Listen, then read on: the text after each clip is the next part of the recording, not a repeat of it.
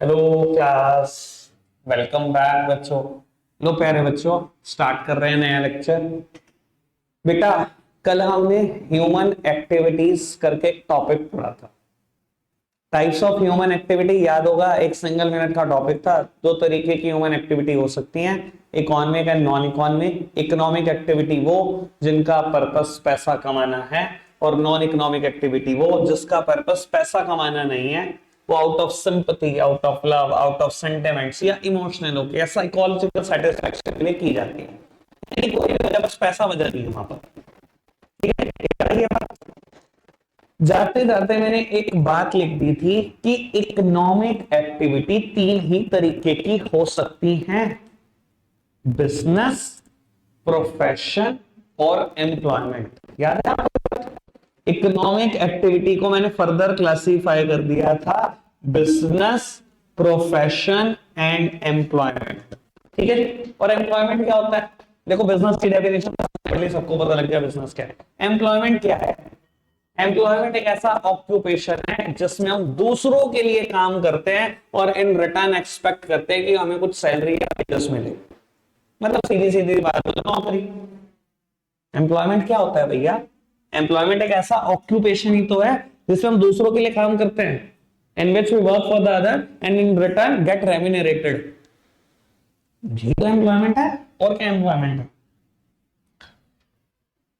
Sir बहुत मजा आने वाला है आज के लेक्चर में आपको, ठीक है ना? क्योंकि कल जब हमारी बात हुई तो प्रोफेशन के एग्जांपल आए: chartered accountant, engineer, lawyer, teacher, blah blah blah blah. और मैंने सब बोल दिया, सब गलत।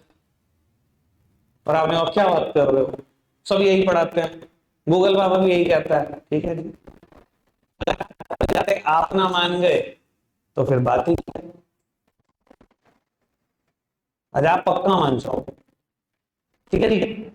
तो बाबू, क्लास को उसी लेवल पे शुरू करते हैं कि आपने मुझे प्रोफेशन का एग्जांपल दिया और मुझे ये साबित करना है कि जो आप एग्जांपल दे रहे हो बिल्कुल गलत है। ठीक है जी। मैं यहीं से श्री गणेश करता हूँ। अभी मैंने प्रोफेशन के बारे में कुछ बहुत ज्यादा नहीं बताया। ठीक है, सब सामने दिख रहे हैं मेरी तरफ। मैं एग्जांपल दूंगा सीए के एंगल से ही। ठीक है ना? जिसके बारे में सबसे ज्यादा ज्ञान उसी की बात कर लेते हैं। ठीक है जी। आराम से सुनते रहना, थोड़ी बहुत कहानी मेरी भी सुनने को मिल जाएगी आपको इस बात में। तो बाबू, वैसे मैं किसी से लगाऊंगा अपनी कहानी, मतलब वैसे बता देता हूँ। मैं कभी रेड लाइन में था, मेरा रिजल्ट घर में आता था, एक दो नीचे रेड लाइन लग गया। एक समय था। तो बाबू, जिंदगी में सब कुछ हो सकता है अगर आप चाहो तो बाबू, सीए करने के लिए ना तीन अलग अलग लेवल है। सब सामने देखना, आराम से पूरी कहानी समझना। और मैं बता रहा हूं, कहानी का एक एक पार्ट इंपॉर्टेंट है, क्योंकि जब मैं प्रोफेशन के बारे में बताऊंगा तो सारी बातें यूज करूंगा ए टू जेड। एक भी बात यूजलेस नहीं निकलेगी। आपको जरूर लगेगा कि 15 मिनट का मैंने समय लगा दिया, पर बाबू एक एक बात बहुत काम की निकलेगी। ठीक है जी। तो बाबू, जब एक इंसान सीए शुरू करता है तो तीन लेवल से उसको पार होके जाना होता है। ठीक है। मेरे टाइम में सीपीटी बोलते थे, आज की तारीख में हम बोलते हैं सीए फाउंडेशन। ये होता है पहला लेवल।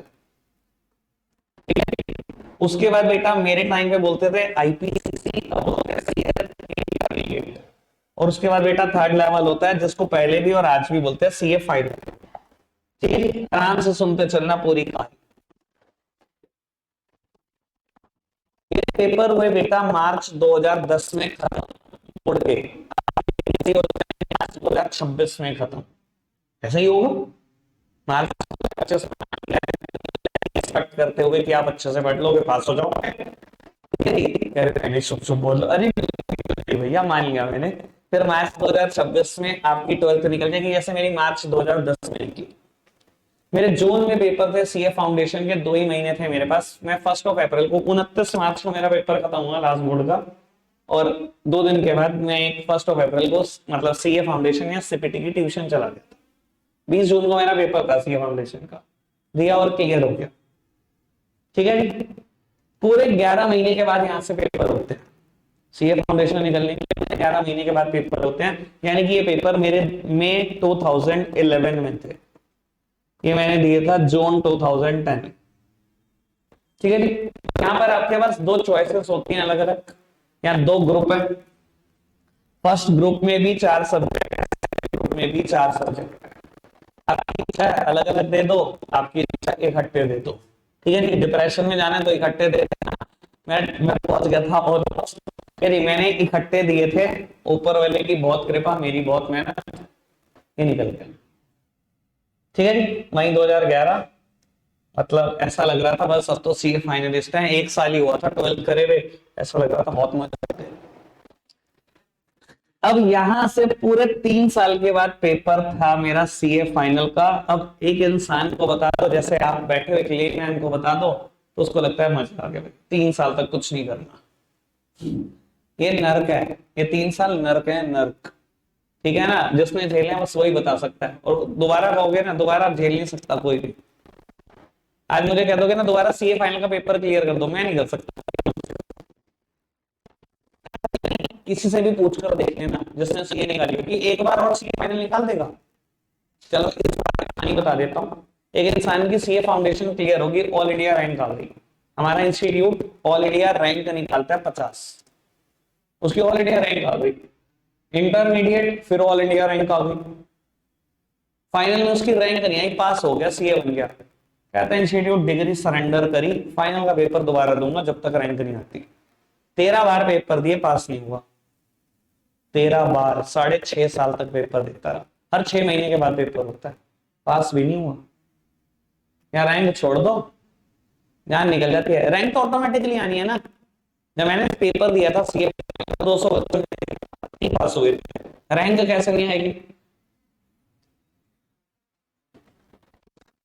चलो खैर कहानी ये है कि 3 साल के बाद पेपर है, 3 साल के बाद, पर 3 साल क्या कर रहे हैं बाबू? 3 साल आपको एक सीए के अंडर काम सीखना है, जिसको आप ट्रेनिंग बोलते हो, कुछ लोग इंटर्नशिप बोलते हैं, कुछ लोग आर्टिकलशिप बोलते हैं। देखो बेटा, जो नॉलेज आप थ्योरेटिकली बुक्स में गेन करोगे इन 3 साल, उनकी प्रैक्टिकल एप्लीकेशन भी तो सीखोगे। आप खुद समझो, इस चीज के लिए समझदार बनो। कोई बुक पढ़ के इनकम टैक्स के केस लड़ लेगा? खुद बताओ। फिर तो डॉक्टर बुक्स पढ़ के सीधा सर्जरी कर देंगे।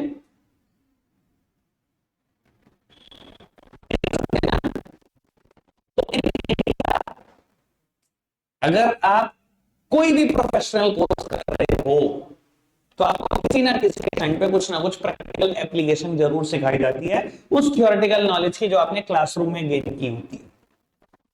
ठीक है जी, अब मैं आपको टाइम बता देता हूं, 10 से 5 सीए के पास रहना है, काम सीखना है। पढ़ना कब है? उससे पहले या उसके बाद। बुक्स कितनी है सीए फाइनल की? बस इतनी जितनी मेरे आइडिया, उससे थोड़ी सी ज्यादा।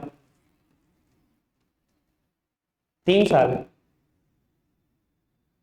भाई साहब, जिंदगी नर्क है, कसम से बता रहा हूं। रोज 4 बजे उठना, 4 से 9 पढ़ना, 10 बजे पहुंचना, 10 से 5, 5 से 6 रेस्ट करना, 6 बजे फिर पढ़ना, बंदा खत्म है भैया।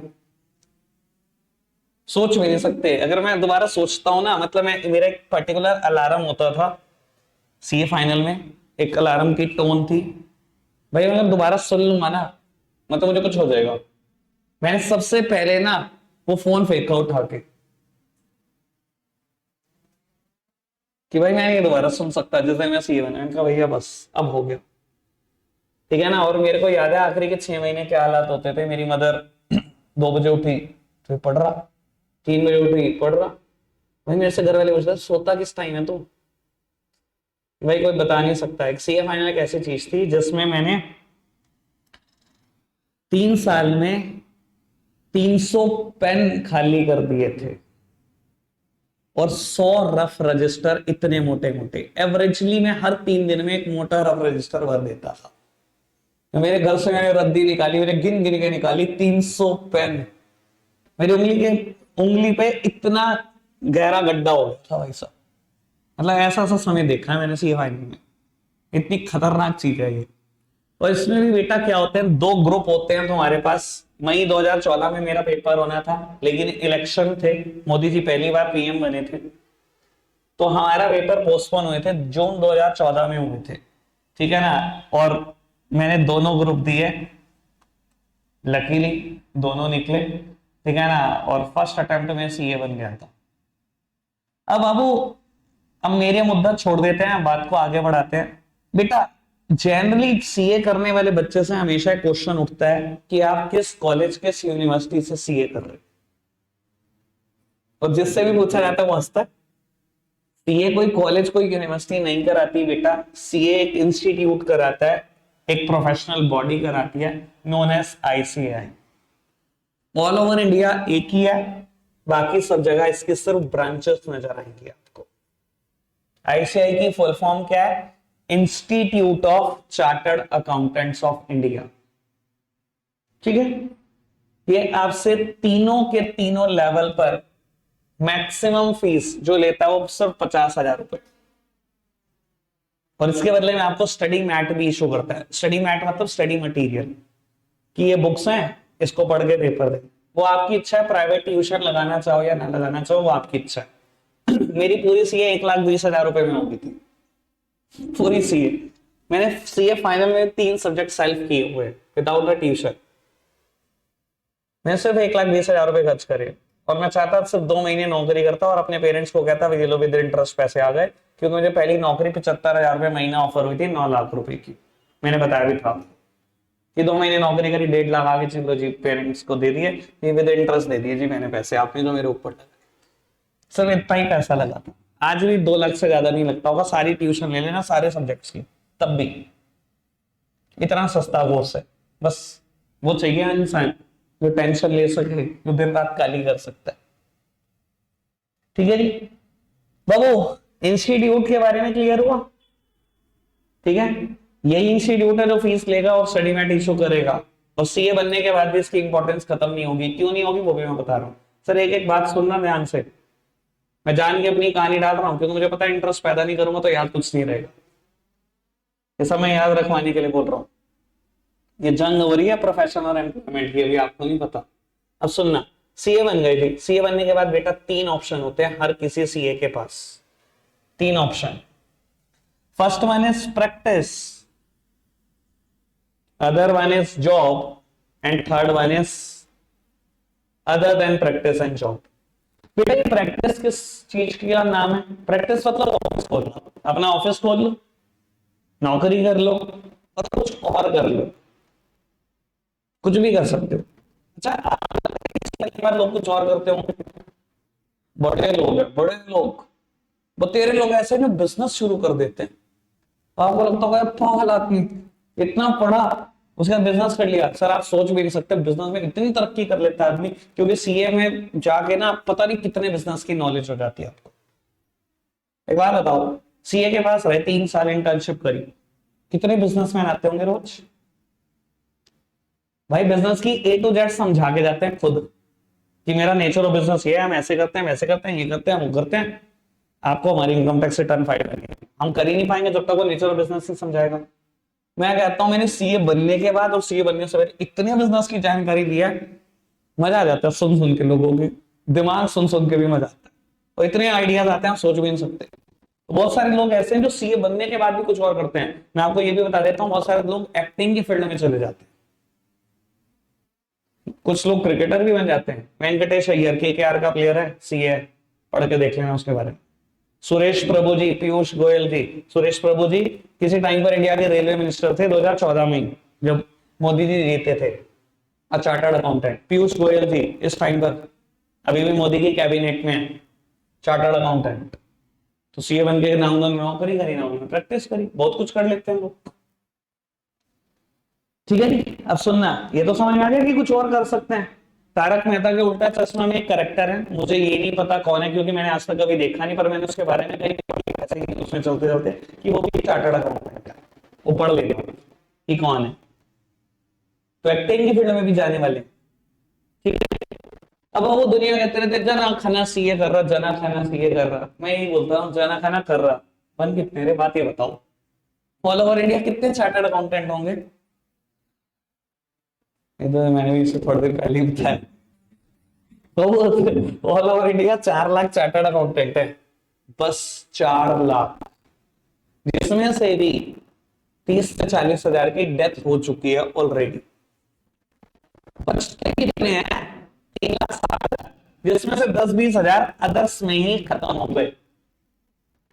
बचते कितने हैं? 3.5 लाख। और ये रेशो लगभग बराबर है 1,75,000 में ऑफिस खोल रखा है, लगभग 1,75,000 नौकरियों में। सर आपको नहीं लगता 1,75,000 140 करोड़ के देश में कि कुछ है? तो ये मत सोचो कि जना खना कर रहा है, बन कितने रहे, मुद्दा ये है। ठीक है जी? अब एक बात बताता हूं बेटा, जब आप सीए बन जाते हो, तीनों में से चाहे आपने कुछ भी करना हो, हमारा इंस्टीट्यूट ना एक रजिस्टर मेंटेन करता है। उस रजिस्टर में ना सीरियल नंबर 1 2 सीरियल नंबर लिखे हुए, और हर सीरियल नंबर के सामने ना एक चार्टर्ड अकाउंटेंट का नाम लिखा है। उसके ऊपर लिखा है register of chartered accountants in India. जो जो चार्टर्ड अकाउंटेंट बनता जाएगा उस रजिस्टर में उसका नाम लिखा जाएगा। अच्छा एक बात बताऊं, मैं कहता हूं चाहे आपने नौकरी करनी है, चाहे आपने ऑफिस खोलना है, चाहे आपने कुछ भी करना है, आप चाहते हो कि नहीं चाहते इस रजिस्टर में नाम लिखा रहे? जब इतनी मेहनत से सीए क्लियर किया, नाम तो लिखवा ही लो। तो मेरा भी नाम लिखा गया एक सीरियल नंबर पे, obviously it is the unique number 535538, इसके सामने लिखा गया सीए मनीष कालरा। बाबू कुछ भी करो, कुछ भी, तीनों में से कुछ भी, आपको उस रजिस्टर में नाम लिखवाना चाहिए। जब इतनी मेहनत करके सीए पास करिए, नाम तो लिखवा लो उस रजिस्टर में। जब ये नंबर आपको मिल जाता है, इसको हम बोलते हैं मेंबरशिप नंबर। क्या बोलते हैं? फटाफट बोलो यार, ये बहुत काम आएगा। तुम्हारे को लग रहा होगा, अभी दिखा दूं काम क्या आएगा। चलो अभी देखना है बच्चों को, बहुत सी गालो। बिजनेस प्रोफेशन एम्प्लॉयमेंट का डिफरेंस लिखा है, प्रोफेशन की पहली हेडिंग में लिखो, देखो कहीं वर्ड दिखा है मेंबरशिप नंबर? मेंबरशिप होगा professional body and certificate of practice, ऐसा कुछ लिखा होगा। प्रोफेशन देखो भैया, पहला बेसिस देखो, पहला बेसिस बिजनेस प्रोफेशन एम्प्लॉयमेंट का डिफरेंस है। स्पष्ट भाई, टर्न करो पेज, इस पेज पे देखो, वो देखो बिजनेस प्रोफेशन एम्प्लॉयमेंट का डिफरेंस है। पहले बेसिस में देखो, प्रोफेशन में लिखा है membership of a professional body and certificate of practice. Membership, sir मैं बोल रहा हूं एक एक चीज काम आएगी। अब मैं इसके बाद दोबारा नहीं बताऊंगा कि चीज की इंपॉर्टेंस क्या है, बंद कर दो, सामने देखना शुरू करो। एक एक वर्ड काम आएगा। प्रोफेशन में जितने 8 के 8 पॉइंट लिखे मैं सारे समझा चुका हूं, आपको पता नहीं लगा, बस सब समझा चुका हूं मैं। इसी कहानी सामने देखते रहना। तो भैया चाहे जॉब करो, चाहे ऑफिस खोलो, चाहे कुछ और करो, मेंबरशिप नंबर लेना जरूरी है। और सब ले लीजिए भैया, जिसने सीए क्लियर किया वो तो चाहता भी मेरा नाम तो लिख ही दो इस रजिस्टर में। ठीक है जी? तो मैंने कहा इंस्टीट्यूट, मुझे तो प्रैक्टिस करनी है, मुझे तो ऑफिस खोलना है। उसने कहा फिर एक और डॉक्यूमेंट चाहिए। मैंने कहा जी उस डॉक्यूमेंट का नाम ही बता दो। मैंने कहा क्या नाम है? सीओपी। बड़ा प्यारा नाम, मैं तो कह रहा हूं प्यारे बच्चों अपना निकनेम रख लो, सीओपी। कितना प्यारा नाम। सीओपी का मतलब है बेटा सर्टिफिकेट ऑफ प्रैक्टिस। क्या बोलते हैं? Certificate of practice. मैंने कहा इंस्टीट्यूट अगर आप कह रहे हो एक और डॉक्यूमेंट चाहिए मुझे, इशू कर दो। इंस्टीट्यूट ने कहा ऐसे इशू नहीं करते, कुछ शर्तें हैं मान लो। मैंने कहा जी शर्तें बताओ। मेरे घर पर 27 शर्तें लिख के आ गई कि ये 27 शर्तें मान लो तो सीओपी इशू करेंगे। मैंने पढ़नी शुरू करी। आपको 27 तो नहीं बताऊंगा, ठीक है ना? अभी आप क्या करोगे ध्यान के, 2 बता दो, बहुत काम की शर्त। पहली शर्त, चार्टर्ड अकाउंटेंट कभी ऐड नहीं कर सकता, सिर्फ 3 ही जगह पे वो ऐड कर सकता है। सुनना काम की बात, या तो अपने ऑफिस के बाहर एक फ्लेक्स बोर्ड, और उसका भी साइज डिफाइन है, और बोर्ड में जो जो कलर यूज होंगे वो भी पता है। कलर्ड बोर्ड नहीं लगा सकते, ब्लैक एंड व्हाइट बोर्ड होते हैं, साइज तक डिफाइंड है कि कितना बड़ा फ्लेक्स बोर्ड होगा। अपने ऑफिस के बाहर, अपने घर के बाहर नेम प्लेट। तीसरा अपनी professional stationery, just like a visiting card, और अपनी फाइल्स छपवा लो।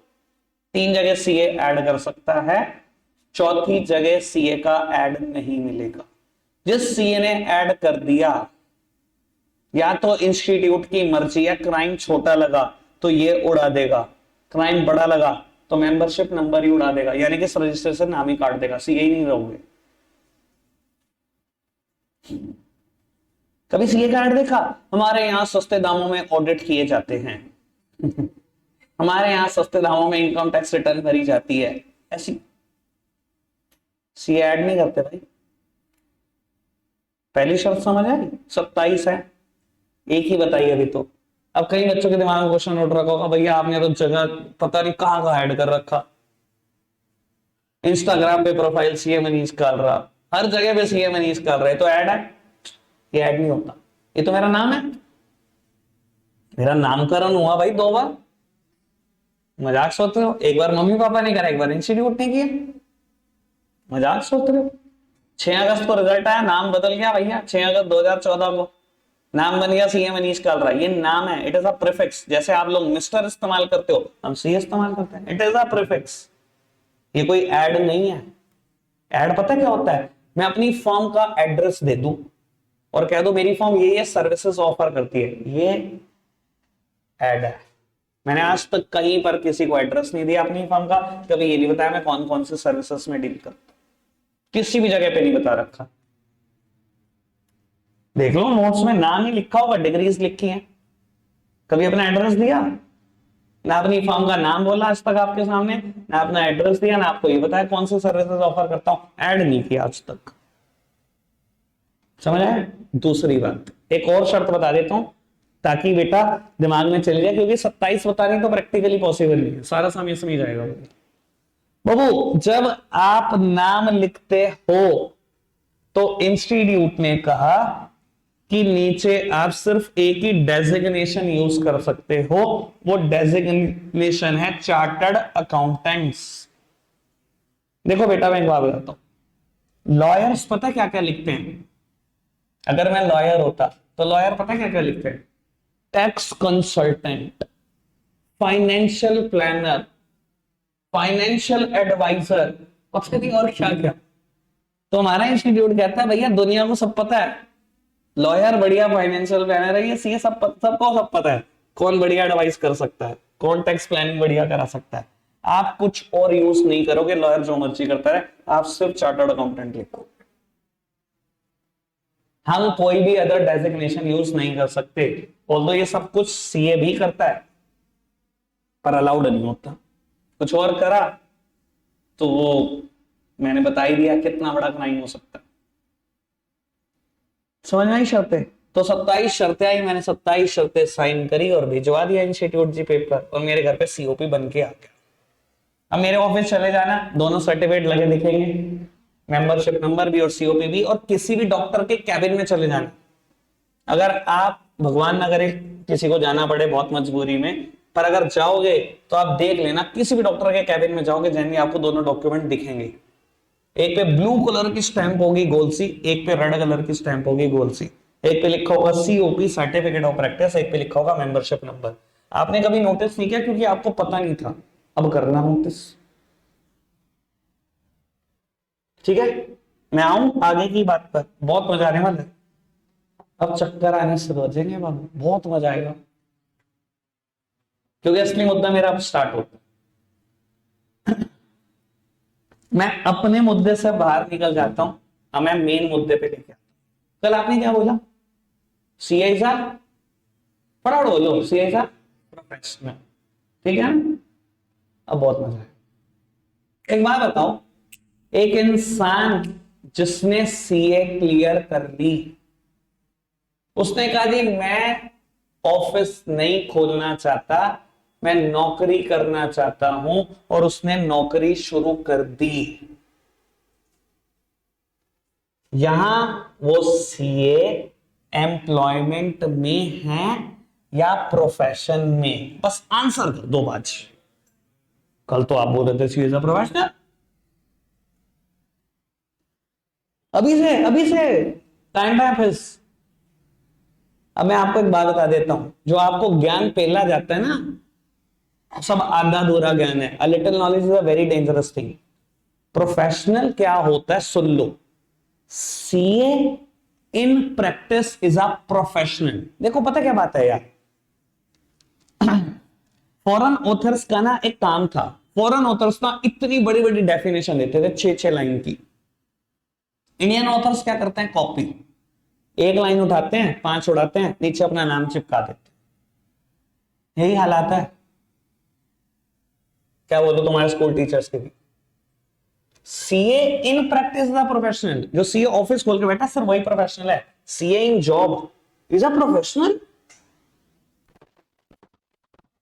वो भैया एम्प्लॉयमेंट में है।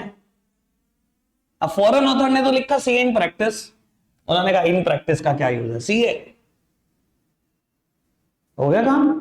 अच्छा खुद सोच के बताना, एक इंसान जिसने एमबीबीएस कर ली, एमडी कर ली, डीएम डिग्री कर ली, ठीक है, उसने अपना क्लिनिक नहीं खोला, उसने मैक्स हॉस्पिटल को अपनी सर्विसेज देनी शुरू कर दी, एम्प्लॉयमेंट में है क्या नहीं है, बस ये बताओ। तो कल तो तुम बोल रहे थे डॉक्टर प्रोफेशनल होता है।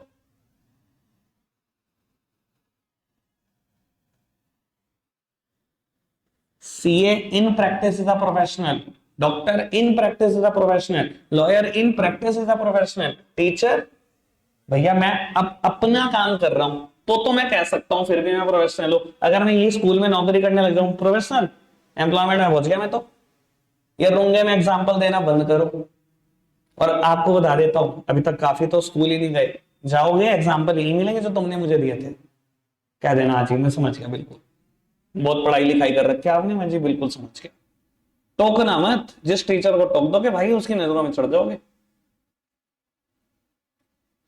तुमने नहीं टोकना, वो तुम्हारी जिम्मेदारी नहीं है, सुन लेना बस और हंस लेना मन में, जी समझ गया, बस हो गया हो गया हो गया। पूरे साल मुझे आपको कितना सुनना, मुझे अब समझ में आ गया। सर कुछ बात समझ में आई, बुद्धि में बड़ी बात। अच्छा एक बात बता दो, और मजेदार बात और कर ले, ऑफिस खोलने को प्रैक्टिस क्यों कहते हैं, कभी किसी ने बताया आपको? मैं बता देता हूँ, बहुत मजा आएगा। डॉक्टर क्लिनिक खोले तो बोलते हैं डॉक्टर प्रैक्टिस कर रहे हैं, सीए ऑफिस खोले तो बोलते हैं प्रैक्टिस कर रहे हैं। प्रैक्टिस क्यों बोलते हैं, सच में प्रैक्टिस ही तो कर रहा है। डॉक्टर आपके शरीर पे प्रैक्टिस ही तो कर रहा होता है, कसम से मैं झूठ नहीं बोल रहा।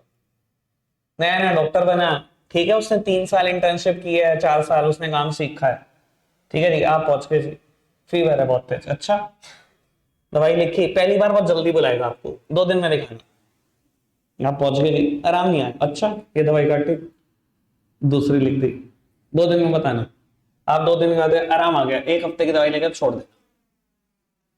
उन्हें कर लिया आपकी बॉडी में प्रैक्टिस, उसे समझ में आ गई दवाई असर नहीं करे तो ये देनी है, और पहली बार में असर कर जाए तो बहुत बढ़िया, आगे वही कंटिन्यू करनी है सारे मरीजों पे। कसम से मैं झूठ नहीं बोल रहा यार, तो मुझे लग रहा है मैं झूठ बोल रहा हूं, इसलिए इसको प्रैक्टिस बोलते हैं। नया नया सीए बना, जब बना था ऑफिस खोला तो क्या करा, क्लाइंट की फाइल पे प्रैक्टिस ही तो करी। क्लाइंट का इनकम टैक्स में केस फंस गया, मैंने 2-4 ही हैंडल किए होंगे अपने इंटर्नशिप में, अच्छा अपने ही क्लाइंट का फंस गया, देख लेंगे, तो प्रैक्टिस ही करी, सही चला तो ठीक है भैया, हमने निकाल दिया, हमें समझ में आ गया आगे से कैसे निकालना है, गलत हुआ तो कोई नहीं, क्लाइंट को पेनल्टी ठोक, पर हमें काम समझ में आ गया कि कैसे कराते, अगली बार के लिए तैयार है, तो ऐसे ही कर करके तो काम सीखा, इसे तो प्रैक्टिस बोलते हैं। यार तुम हंस रहे हो, मैं तुम्हें सच बताता हूं तुम हंसते हो यार, ये सच है, बिल्कुल सच है, कड़वा सच है, ये कोई नहीं बताएगा, बहुत कम लोग हैं जो सच बोलना पसंद करते हैं दुनिया में। सब बोल देंगे अरे मेरे को तो शुरू से बहुत कुछ आता है, ऐसा कुछ होता ही नहीं भाई। सहारनपुर में रेड हुई थी पिछले दिनों, हुई थी, कितने लोगों ने सहारनपुर में रेड के केसेस हैंडल किए होंगे, कितने सीएस ने, इतने सीनियर सीए सीए बैठे हैं सामने में, 35-35 साल हो गए सीए बने हुए, उन्होंने भी रेड नहीं देखी अपने क्लाइंट के यहाँ मेरे क्लाइंट के यहाँ हुई, मैंने वो भी देखी, मेरी एज देख लो, मैंने रेड का केस भी देख लिया कि रेड में क्या क्या होता है, पता नहीं क्या क्या देख लिया भैया, तुम ख्वाब में भी नहीं सोच सकते, ऐसी ऐसी चीजें देख ली। अगर एक सेकंड रोज करना,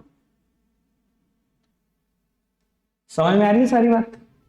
मैंने पहले ही बोल दिया था बैच शुरू होने से पहले कि आज का लेक्चर कैसा होगा, वो पता लग गया होगा कि कैसा हो रहा है, ठीक है जी।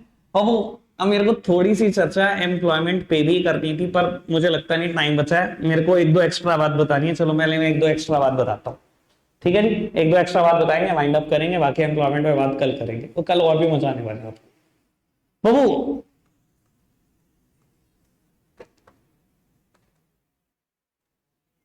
आंसर क्या है?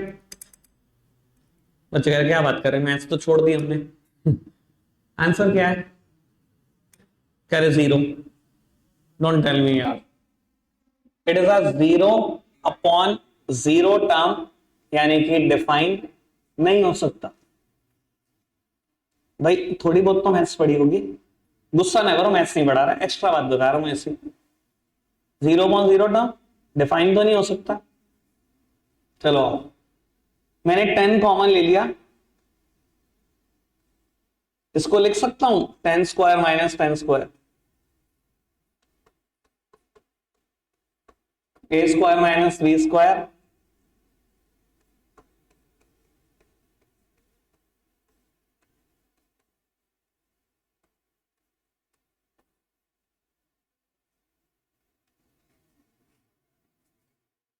ये 2 भी आ सकता था आंसर।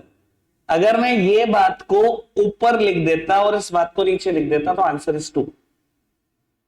गलती आपने बतानी है, मैंने क्या की। बहुत बढ़िया बात। ऐसे बहुत कम बंदे होते हैं जो ऐसी ये बात बता पाते हैं, क्योंकि क्या होता है यार, हमारा एजुकेशन सिस्टम हमें रटना सिखाता है।